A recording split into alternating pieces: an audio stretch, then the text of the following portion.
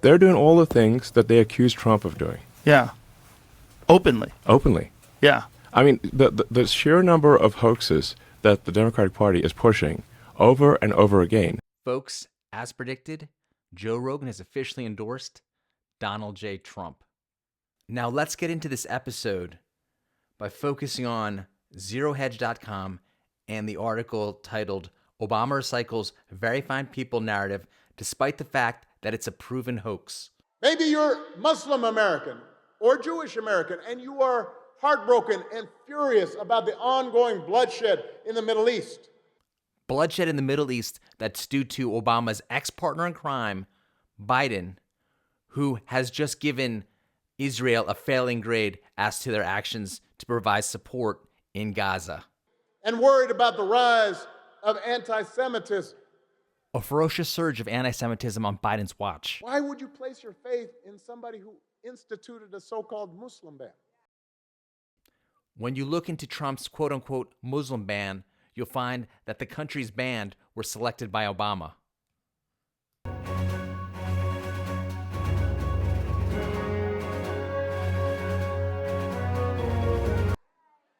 Who sat down for pleasantries with Holocaust deniers. Obama's talking about Nick Fuentes having dinner with Trump at Mar-a-Lago, and Nick Fuentes now is anti-Donald J. Trump and pro-liberals. And at the Trump rallies, they're yelling, trash for Trump, trash for Trump. And I saw other people. I saw white guys. I saw Hispanic guys inside trash cans, jumping out of them with Trump signs. White guys with garbage bags that say trash for Trump 2024. And that was kind of like, to me, that was the moment when I realized Trumpism was a cult. That was the moment when I realized liberals are right.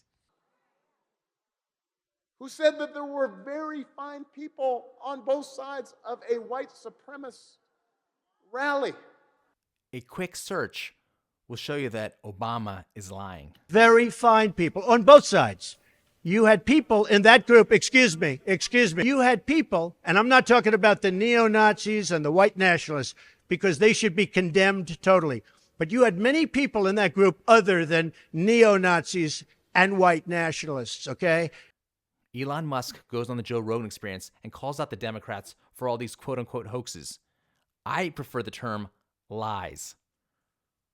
And it's like, look, I understand like politicians are going to, exaggerate. They're going to misspeak, and they'll tell occasional, untruths, whatever. That's how it is in politics. But when you have deliberate, concerted, repeated pushing of hoaxes, you're like, wait a second, like, come on, man, this is too far. And you're supposed to be the good guys. You're supposed to, and you claim to be the good guys? I'm like, exactly. You're supposed to be the progressives. More like the regressives. Yes, the Dems are like, oh, we're the good guys. We're the honest people. No, hang on. You can't claim to be the good guys. You can't claim to be the honest people if you're deliberately pushing hoaxes that have been debunked thoroughly. Yeah. Well, we're like even Snopes. Yes, Snopes said it didn't happen. Which is a liberal thing, says it's bogus. Yeah. Like the fine people hoax. Obama just said that on stage. Obama just said that. I was like, what the flying fuck? He doesn't give a fuck. When he's challenged on this point, Trump will brag about, well, look at gas prices. They were $2 a gallon when I was in office. You know why gas was so cheap? Because there was a global lockdown during COVID and nobody was driving. Here, Obama goes full lying scumbag. As you can easily check, 2017, 2018, 2019, the gas prices were also a lot cheaper than 2020. And this is when Obama goes full lying scumbag, because you can look into the gas prices during 2017, 2018, and 2019 and note that they were also equally cheap as 2020. So Obama's theory here is complete BS, and he should be ashamed of himself. And he's talking about it like it was the good old days. I want us to remember that. Yes, gas was super cheap because we were stuck inside the house. Nobody was buying gas. And notice this clip is being posted by the X account Aaron Rupert. He doesn't give a fuck. They're That's just a flat going out for goddamn it. fucking lie. Flat out lie. Flat out fucking How lie. about the other one where Kamala's campaign used what Trump was saying about protecting women and from illegal immigrants? Thank you. You remember that?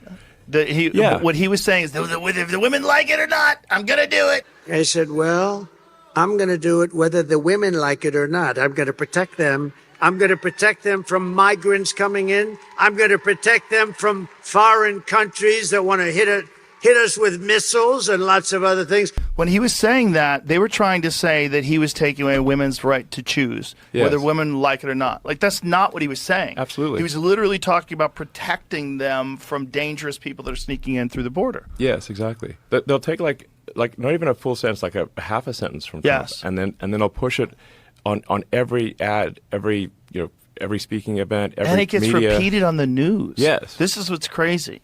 And here's the X account Aaron Rupert trying to mislead us about what Donald Trump said about Liz Cheney. They'll talk about it on these news shows, quote news shows. Yeah, exactly. I mean, a recent one that came up, which had a lot of people, because a lot of people reached out to me, was like, they're like, oh, Trump says he wants to execute Liz Cheney. I'm like, that is utter bullshit. It's not what he said at all. It's not what he said at all. And I don't blame him for sticking with his daughter, but his daughter is a very dumb individual, very dumb. She's a radical war hawk. This spin is so ridiculous that even anti-Trumper Joe Walsh has to step in. Let's put her with a rifle standing there with 9 barrels shooting at her, okay? Let's see how she feels about it. You know, when the guns are trained on her face. Which angers Aaron Rupert so much he has to tweet, honestly, Joe, WTF, I don't appreciate being called deceptive when the clip is literally a direct quote of something Trump said. Of course, Aaron didn't provide the whole video.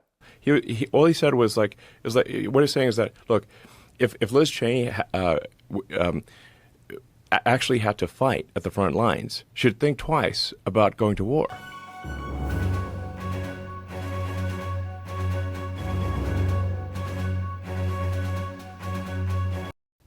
Exactly. Like it's easy to go to war. It's easy to be a warmonger if you don't have to, risk dying at the front lines. Like basically it's fucked up if people are having like fancy dinners in Washington D.C. While people are being slaughtered in trenches.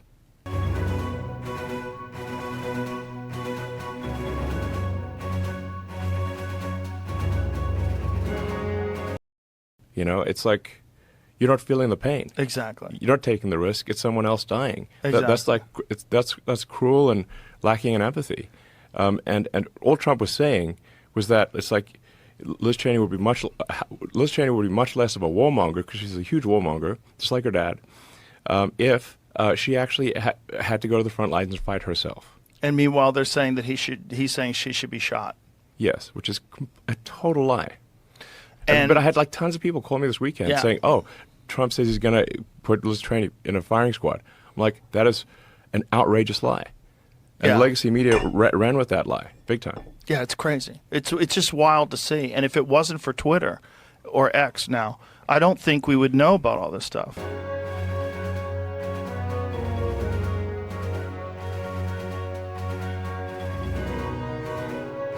I think it would be very difficult for you. I think YouTube throttled. They did something weird. They won't say what they did, but they did something weird with the Trump interview that I did. Yeah, where you couldn't find it. It doesn't make sense. It made no sense. I mean, it was like the biggest interview on earth.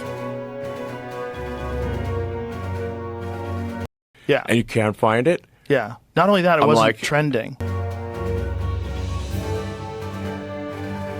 Bullshit. It wasn't trending. It wasn't trending. No, it wasn't trending. You're like there's just no excuse for that.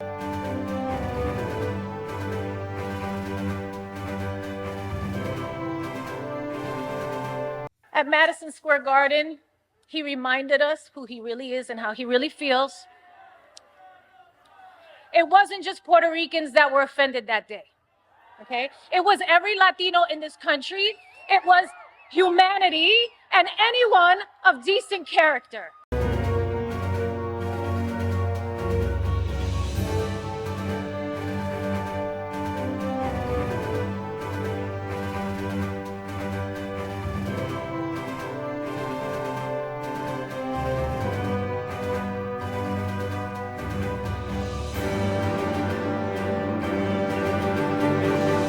even if Trump doesn't win, the Defense Department and NASA are going to need a new arrangement for all their rockets and for all the multi-billion-dollar contracts Elon Musk's companies have with the U.S. government. The U.S. government is going to have to either, unwind from all of those contracts, or Elon Musk's companies are going to have to unwind from him. This is an untenable reality in national security terms, now that we know what we know about Elon Musk.